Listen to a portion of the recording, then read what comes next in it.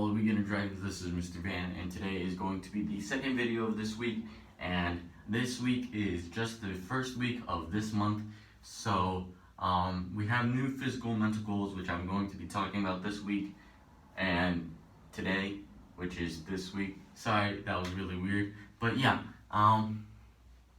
we are going to be talking about them today, and then we are going to be doing our warm-up, and then we are going to be doing our I don't want to trouble. So first, what are physical and mental goals? Our physical and mental goals are anger management, and our physical goal is going to be intensity. So what is anger management? It's going to be our mental goal, so we have to be able to understand it. So anger management is basically when you're angry, how do you understand what you're going through, and how do you control your anger to make sure that you guys don't do anything too rash or too out of hand. So sometimes when you're angry, you might do something that you don't really want to do in the moment. Well, you really want to do in the moment, but you don't really want to do. Like, if you're angry, you don't want to scream at your mom because you know that's wrong, but in the moment you might be thinking, she made me really angry and I want to be able to express that anger to her. So you start screaming at her, but that's not something that you should do, because that's poor anger management, because you know that screaming at your mom is bad. So maybe you can understand why you're angry at your mom. So maybe your mom took away your toy, and you're angry because she took away your toy. So I understand that you're angry that she took your toy, but you also have to understand, why did she do that? Why did she take away your toy, even though she understood that that would be something that makes you angry? So maybe she took it away because you didn't do any of your homework. So now you have to understand, oh, I didn't do any of my homework, so maybe if I do my homework now, she'll give it back to me, or something like that. So then you get to understand why she did it, and to understand if there's a reason to be angry, which in that case isn't really that much, but you still can be angry. So even if you still are angry and you still understand, you might still be angry, wrong wording. So even if you understand why you're angry, you can still be angry. It's what you do after you understand that you're angry is what is important, if that makes sense. So let's say you're angry and you understand why you're angry and what happened. And now you have to be able to control yourself to not yell at your mom, to not punch a wall, to not yell, to not throw things around. You have to be able to control yourself. And that's what anger management is. It's being able to understand what happened while also being able to control what you do when you're angry. So let's say you're angry by, again, your mom took your toy. So again, it is bad if you yell at your mom. It's also bad if you throw a pillow across the room because you're angry. It's also bad if you break another toy or break the TV or break something because you're angry. It's also bad if you start screaming for no reason. So you have to be able to control yourself enough so that you don't do any of those stuff. Maybe when you're angry, you can do something like count to 10 until you're not angry. Or maybe you can go into your room and read a book so that you calm down. Or maybe you can do your homework like you're supposed to, or something that will get you less angry. So you have to be able to control yourself and know yourself to be able to calm yourself down from an angry emotional state. So that's anger management, and now Our second thing is intensity. So intensity, I explained it on Monday as showing your intent, which is sort of right, but intensity is being able to show your emotion. So just like anger management, you can show you're angry in a couple different ways, like your body language, the way you say things, how your posture is, things like that. So let's say I'm sad and I'm smiling. You wouldn't really think that I'm sad because I'm smiling right now. So my intensity says that I'm happy, but my words are saying that I'm sad. So you have to tell by the body language if I'm actually happy or if I'm sad. Same thing with anger. Let's say you're in an argument with your friend, your best friend. You're arguing with your best friend. Now they're clenching their fist, their shoulders are up, and their eyebrows are pointed down.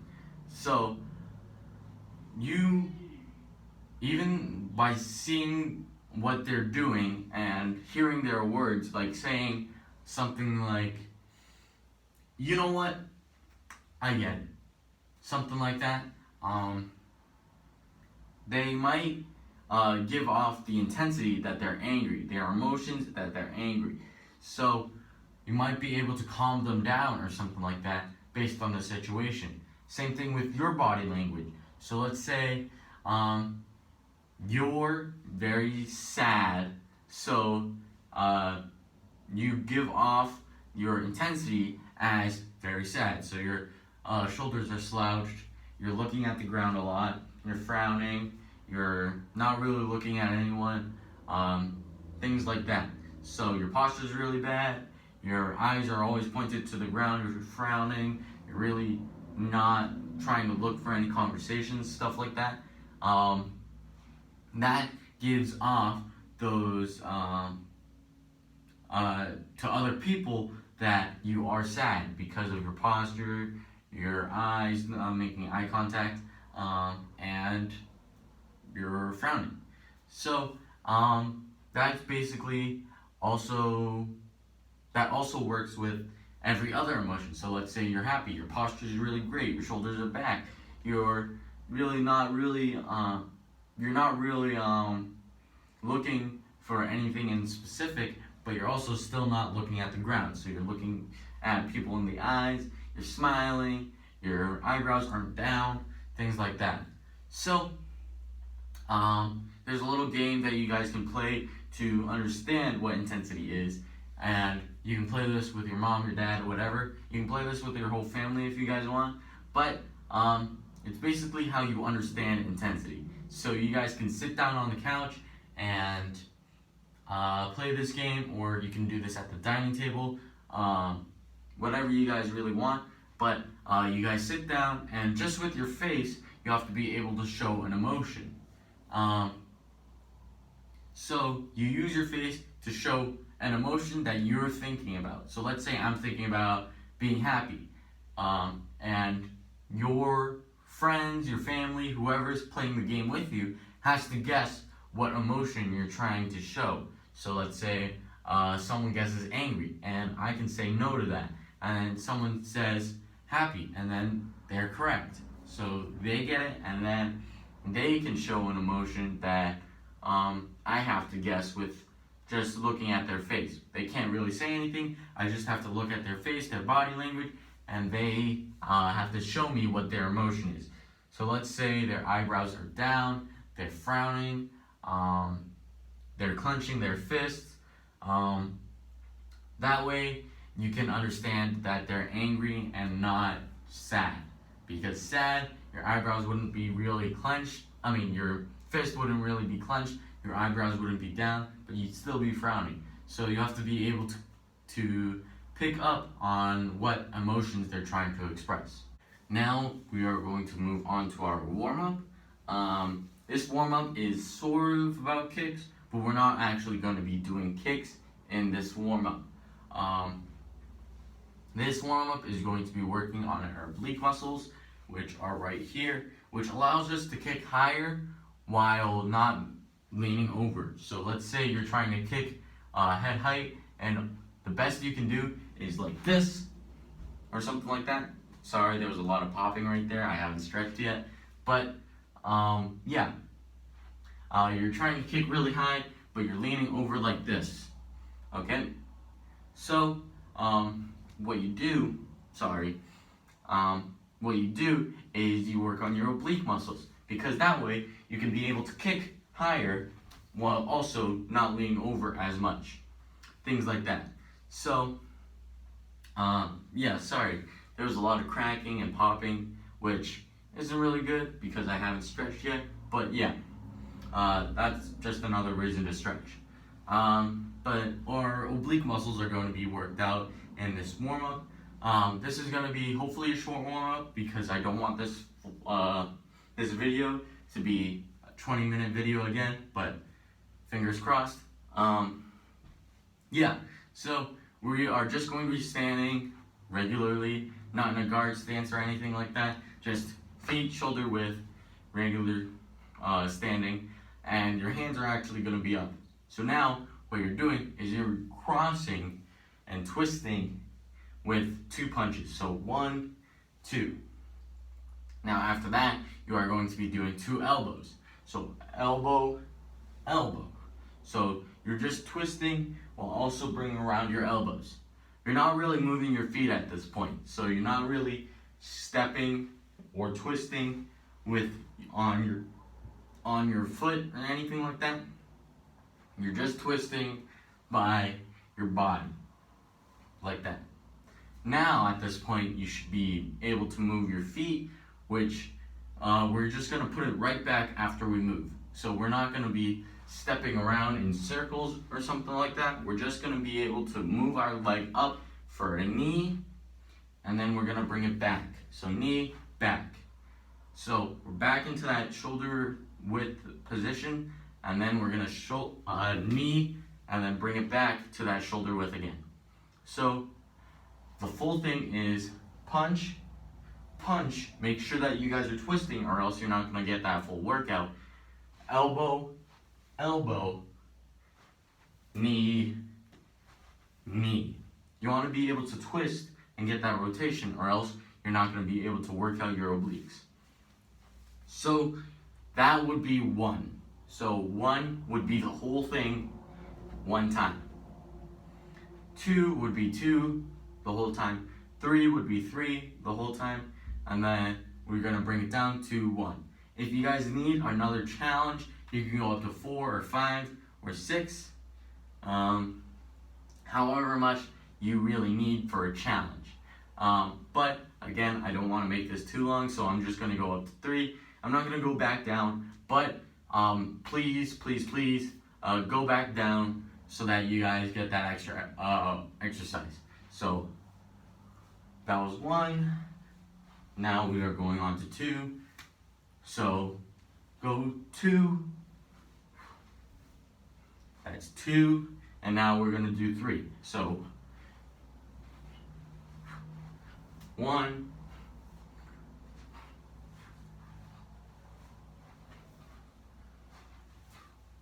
2,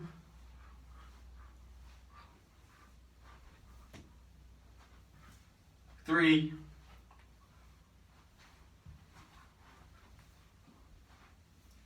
'I did an extra one for some reason, so I guess we're going back down.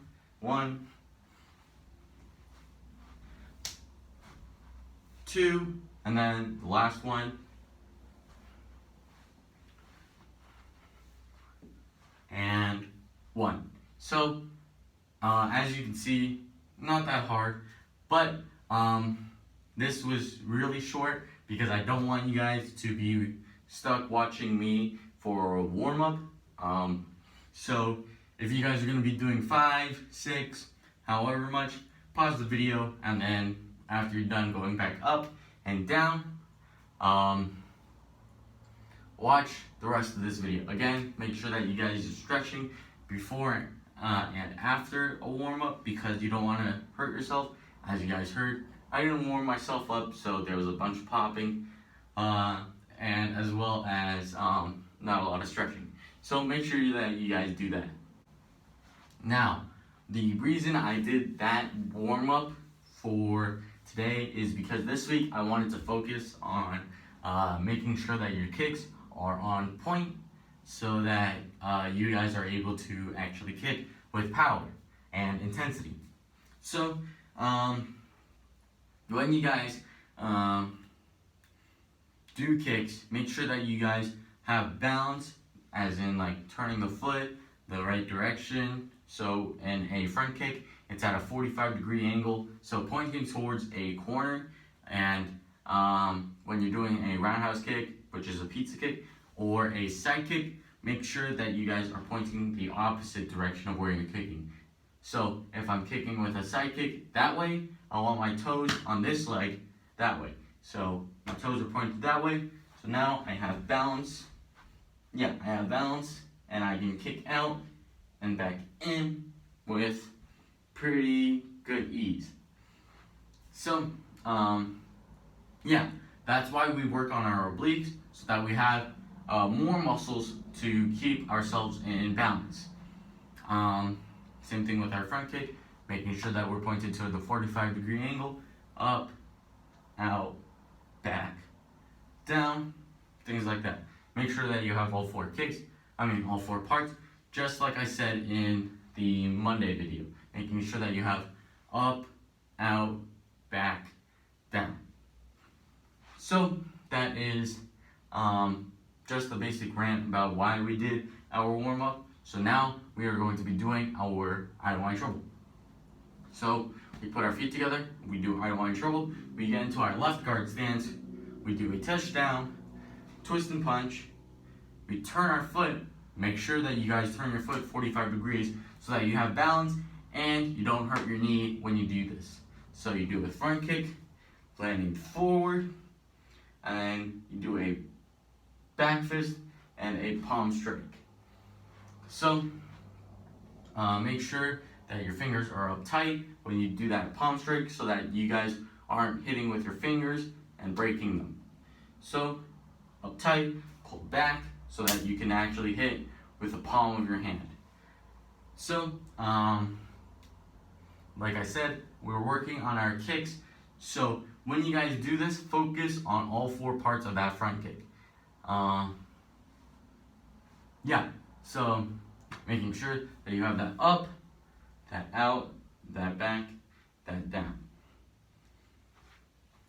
I think I missed a part of the I don't want any trouble, but what's really important is that you guys practice your front kick so that you have all four parts and you're actually pointing your toes towards the corner. Because when I see you guys in person, when I used to see you guys in person, I saw that you guys just flopped your kick like that. You didn't have any part of the kick except up and out. Out and down. So that's not really a good thing. You're not really gonna get any power, and you're gonna break your toes if you hit something with your toes. So you wanna be able to up, out, back, down, because if you don't do that back, you're gonna be leaning forward. Sorry, that was a sort of rechamber. So when you do this, you're gonna be landing forward, and then you're gonna be off balance, so someone can hit you in the head if they want to. So you wanna be able to have that kick and put it back so that you guys have that balance once again. So you don't have that leaning forward, you get to bring it back so that all that momentum is brought back instead of forward. Focus on your front kicks. If you guys want, another thing you can focus on is your palm strike, making sure that your fingers are pulled back. You're hitting with your palm heel, which is right here at the bottom of your palm. That's gonna be it for me. Have a good day.